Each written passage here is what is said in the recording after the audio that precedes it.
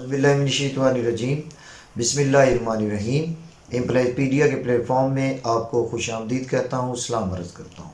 2023 में leave encashment और LPR के कवानीन में यकसर तब्दीली के बाद 2023 और 2024 में रिटायर होने वाले मुलाजमीन शदीद परेशानी में मुब्तला रहे।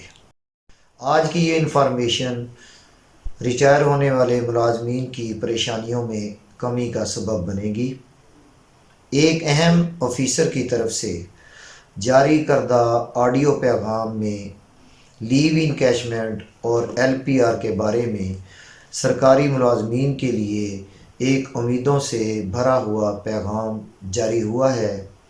उन ऑफिसर का नाम है चौधरी मोहम्मद अमीन, DPI एलिमेंट्री, पंजाब लाहौर। बहुत मुस्बत पैगाम है, इसको आप गौर से सुनिए, पूरा सुनिए। ख़ास तौर पर वो सरकारी मुलाजमीन जो 23, 24 और 25 में रिटायर हो रहे हैं, उनके लिए ये बहुत अहम पैगाम है, क्योंकि लीव इनकैशमेंट और LPR के बारे में रिटायर होने वाले मुलाजमीन में बहुत सी कन्फ्यूजन है। इस ऑडियो पैगाम में उनको बड़ी हद तक दूर किया गया है। मैं शुक्रिया अदा करता हूँ चौधरी मोहम्मद अमीन साहब का और आपका भी, जो इस ऑडियो पैगाम को सुन रहे हैं। अस्सलाम वालेकुम जनाब, चौधरी अमीन बात कर रहा हूँ, DPI एलिमेंट्री पंजाब।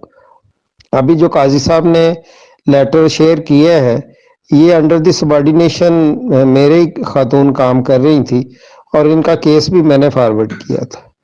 इसका स्टेटस ये था कि कुछ हिस्सा इसका जून के बाद का था, सितंबर तक का, और बकाया इसका शुरू वाला हिस्सा जो है पुराने। तो अंडरस्टूड था कि इसको वो वेल नहीं है चांस कर सकती थी कि अप्लाई करती छुट्टी, तो इन्होंने कोई लीव इनकैशमेंट के लिए बिल्कुल नहीं अप्लाई किया था, बल्कि अपना केस मुझे भेजा था कि ये मेरा केस जो है आगे फॉरवर्ड करें और जो भी लीगल इस पे होना है उसके मुताबिक आप करवा दें। तो मैंने उसको एज पर लॉ जो है वो आगे रिकमेंड कर दिया कि इसे जो नोटिफिकेशन से पहले का हिस्सा है वो इसको पुराने रेट के मुताबिक दे दिया जाए और बाद वाला नए रेट के मुताबिक, और उसी तरह अकॉर्डिंगली उसका नोटिफिकेशन हो गया है। और बाकी पेपर, पेंशन पेपर भी इसके मेरे साइनों से रूट हुए। अब आगे बारी को जो दोस्त पूछ रहे हैं कि हम क्या करें, तो जो लोग इस कंडीशन में आते हैं कि उनके पास आखिरी साल नहीं है लीव इनकैशमेंट लेने का, कुछ हिस्सा उनका पुराने नोटिफिकेशन के मुताबिक हो रहा है, कुछ बाद वाले में हो रहा है, इट मीन्स कि वो अप्लाई नहीं कर सकते। जब वो अप्लाई नहीं कर सकते तो अंडरस्टूड है कि उनको फिर उसी हिसाब से बगैर लीव इन कैशमेंट अप्लाई करने के इसी स्टेटस पे उनका फैसला होगा जो अभी नोटिफिकेशन में नजर आ रहा है। लेकिन जिन लोगों के पास 1 जून 23 से लेकर ऑनवर्ड 1 साल से ज्यादा का टाइम है, उन लोगों के लिए नए रूल के मुताबिक अप्लाई करना जरूरी है। और अगर वो अप्लाई करेंगे तो उसके नतीजे में दोनों ऑप्शन मौजूद हैं गवर्नमेंट के पास।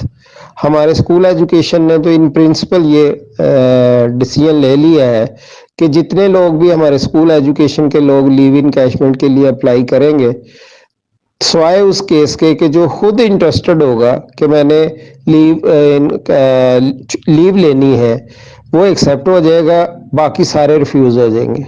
रिफ्यूज होने की सूरत में उनको इनिशियल पे लीव इनकैशमेंट 365 दिन की पूरी जो है नए रेट के मुताबिक मिल जाएगी। इस वक्त लीगल स्टेटस तो ये है। तो अभी मेरे भाई जो सीनियर हैं काजी साहब, उन्होंने बड़ी लतीफे की बात की है कि जी अप्लाई करें और ऊपर लिख दें हम छुट्टी नहीं लेना चाहते। तो आप सोचें कि एक एप्लीकेशन दें कि हमें LPR की छुट्टी दे दे और नीचे लाइन में लिख दे कि हम लेना नहीं चाहते। तो ऐसी एप्लीकेशन की जरूरत नहीं है। ये मुमकिन नहीं है कि बंदा एक एप्लीकेशन दे कि हमें ये छुट्टी दी जाए और बीच में लिखा हो कि हम लेना वैसे नहीं चाहते छुट्टी। तो ऐसी कोई एप्लीकेशन ना दें, मजाक बनेगा। आप अप्लाई करें और फिर अपने अथॉरिटी के पास जाएं, उसे बताएं कि अप्लाई तो रूल के मुताबिक हमने किया है, आप रिफ्यूज रिकमेंड कर दें या आप रिजेक्ट कर दें। अगर आप करवाना चाहते हैं तो फिर उन्हें कहें कि जी आप हमारी एक्सेप्ट कर लें, और अगर नहीं करना चाहते तो आप वो रिकमेंड कर देंगे कि जी इसकी रिफ्यूज़ कर दीजिए।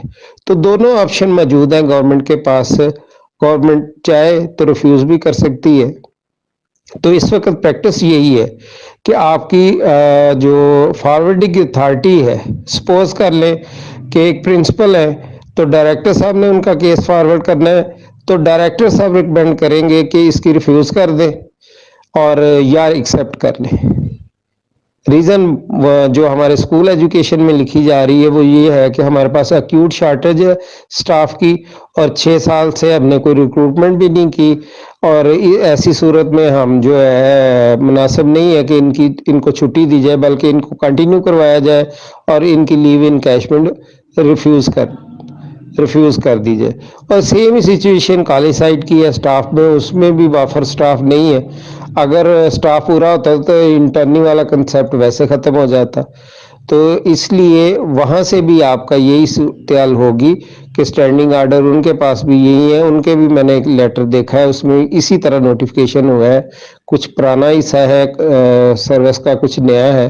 तो जो लोग जिनके पास 1 साल से ज़्यादा का टाइम है वो अप्लाई ज़रूर करें, लेकिन अपनी फॉरवर्डिंग एजेंसी जो भी है उनकी अथॉरिटी है, उससे वर्बली जाके रिक्वेस्ट करें कि वो रिकमेंड कर दें एक्सेप्ट की या रिफ्यूज़ल की।